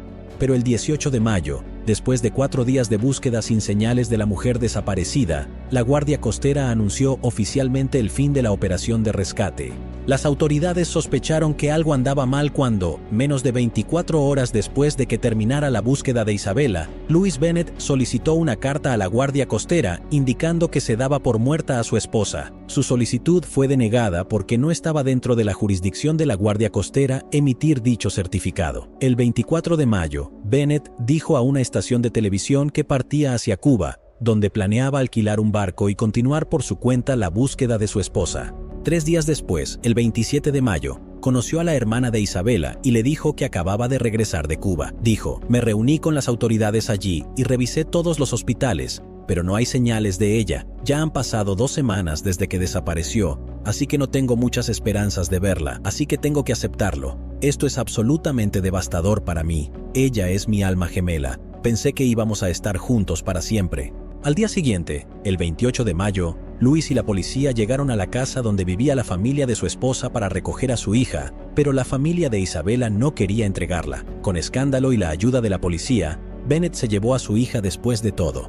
Durante la pelea, la hermana de Isabela, Elizabeth, afirmó repetidamente que Luis era el culpable de la muerte de Isabela. La actitud tranquila de Bennett y su comportamiento después de la desaparición de su esposa generalmente despertaron sospechas no solo de la familia de Isabela, sino también de la policía. Al entrevistar a familiares y amigos de la mujer desaparecida, los detectives escucharon repetidamente que las peleas entre Isabela y Luis se habían vuelto frecuentes después del nacimiento de la niña. Los vecinos de la pareja también dieron testimonio de ello. Isabela compartió con sus seres queridos que Luis insistió en mudarse a Australia mientras ella no quería salir de Estados Unidos. El 30 de mayo, Bennett concedió una entrevista en la que negó todas las acusaciones de participación en la desaparición de su esposa. Según él e Isabela habían planeado una hermosa vida juntos, pero ahora él estaba solo y su hija crecería sin una madre. Paralelamente a la investigación sobre la desaparición de Isabela Hellman, la policía comenzó a determinar el origen de las monedas de oro y plata encontradas entre las pertenencias de Bennett. Se descubrió que un año antes, Bennett había servido como primer oficial en un yate. El capitán de ese yate tenía un alijo de 617 monedas de plata y oro coleccionables, por un valor aproximado de $100,000. Un día, mientras el yate estaba atracado en el Caribe sin nadie a bordo, alguien irrumpió y robó todas las monedas. La persona que cometió el robo no pudo ser encontrada en ese momento, pero ahora que el FBI había comenzado a rastrear el origen de las monedas, el capitán del yate había identificado las monedas encontradas de Louis Bennett como parte de las que le robaron. Con esta información, el FBI obtuvo una orden de registro para el apartamento de Bennett. Recordemos que cuando el hombre fue rescatado, entre sus pertenencias se encontraron 225 monedas. El 16 de junio de 2017, una búsqueda en el apartamento encontró otras 162 monedas de oro escondidas en un armario.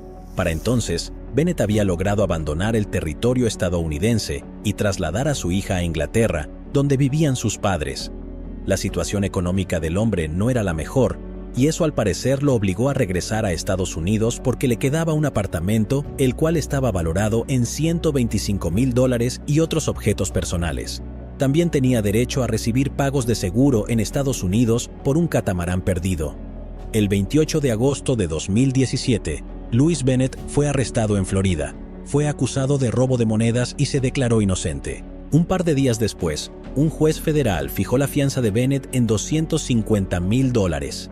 No pudo pagar $250,000, por lo que permaneció detenido. Mientras esperaba el juicio, Louis intentó que declararan muerta a su esposa. Esto le habría permitido disponer de sus propiedades y fondos de Isabela en sus cuentas bancarias, pero el juez se negó 2 veces a declarar muerta a Isabela, ya que la investigación sobre su desaparición aún estaba en curso. En noviembre de 2017, Bennett se declaró culpable de robar las monedas y de transportarlas a sabiendas a los Estados Unidos. Los padres de Bennett escribieron una carta al juez del caso pidiéndole indulgencia en la sentencia porque su pequeña hija ya había perdido a su madre. El 20 de febrero de 2018, Bennett fue sentenciado a 7 meses de prisión, seguidos de otros 3 años de libertad condicional.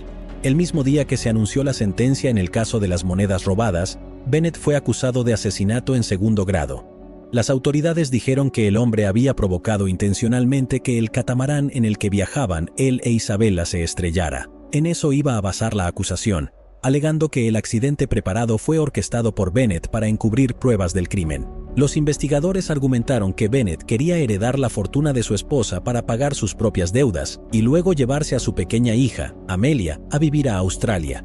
Unos meses antes de su muerte, Isabela confesó a través de mensajes de texto que le tenía miedo a su marido. Sus mensajes de texto revelaron que sentía que Bennett ya no la respetaba y que se encontraba con una persona enojada cuando llegaba a casa. Isabela también dijo que tenía miedo de llegar a casa. Meses antes de la desaparición de la señora Hellman, ella escribió: si ya no te agrado o no me amas, solucionemos esto lo antes posible porque es muy patética la forma en que me trataste todo el tiempo. La inspección del catamarán antes de hundirse mostró que las portillas debajo de la línea de flotación estaban abiertas y que el daño a los cascos gemelos parecía haber sido causado desde adentro. La línea de flotación es la línea de contacto entre la superficie tranquila del agua y el casco de un barco flotante. Al examinar fotografías y vídeos que la Guardia Costera de Estados Unidos tomó del catamarán antes de que se hundiera, un experto contratado por el FBI para ayudar en el misterio de alta mar determinó que la historia de Bennett no podía ser cierta. Según el análisis, no parece que el hundimiento del barco fuera causado por un daño accidental. Más bien, parece que el barco fue hundido intencionalmente. Un profesor asociado de Arquitectura Náutica e Ingeniería Oceánica en la Academia de la Guardia Costera de Estados Unidos declaró en registros judiciales que los oficiales de la Guardia Costera que descubrieron el catamarán que se hundía no encontraron nada con lo que pudiera haber chocado. Los buzos que inspeccionaban el barco dudaban en entrar, ya que podría hundirse en cualquier momento. Finalmente lo hizo. El catamarán se hundió a una profundidad de más de 4.000 pies y no se realizó una inspección detallada. 2 años después de la desaparición de Isabella Hellman, fue declarada muerta. El juez hizo oficial lo que la mayoría cree que sucedió casi desde el minuto en que Isabella Hellman fue reportada por la borda en el mar. En una serie de órdenes, el juez de circuito del condado de Palm Beach, Scott Suskauer, escribió: se presume que Hellman murió el 14 de mayo de 2017. Hasta la fecha, la señorita Hellman no ha sido encontrada y no ha contactado a ninguno de sus familiares. En base a toda la evidencia, la señorita Hellman está muerta, según el comunicado. En enero de 2019, el juez federal de distrito Federico Moreno suspendió la audiencia de sentencia de Bennett en febrero en Miami y la reprogramó para el 28 de mayo, diciendo que no actuaría hasta que la familia de Isabella Hellman pudiera visitar personalmente a su hija Amelia, que cumplió 3 años en julio. En noviembre de 2019, un acuerdo de culpabilidad resultó en que Bennett fuera acusado de homicidio involuntario y se retirara el cargo de asesinato en segundo grado. Si bien podría haber enfrentado cadena perpetua por asesinato en segundo grado, el acuerdo ahora le otorgaba una sentencia máxima de 8 años de prisión. La familia de Isabella calificó el acuerdo de extraño, pero al mismo tiempo reconoció que las autoridades habían consultado con ellos para determinarlo. Un documento firmado por Bennett y presentado por el fiscal ante el tribunal decía que no recordaba si estaba buscando o llamando a su esposa cuando descubrió que estaba desaparecida. No disparó bengalas, ni buscó a su esposa en el catamarán ni en el agua. Bennett no pidió ayuda de inmediato. En lugar de eso, cargó todo lo que necesitaba en una balsa salvavidas. Luego intentó provocar una colisión que provocó que el catamarán se inundara y dejó él mismo el barco en la balsa. La fiscalía afirmó que pidió ayuda 45 minutos después de detenerse y darse cuenta de que su esposa no estaba por ningún lado. También vale la pena señalar que la oficina del fiscal de los Estados Unidos dijo en un comunicado que Bennett había experimentado la navegación en aguas abiertas durante periodos prolongados, incluido el entrenamiento en situaciones de emergencia, y había viajado previamente desde San Martín a Australia.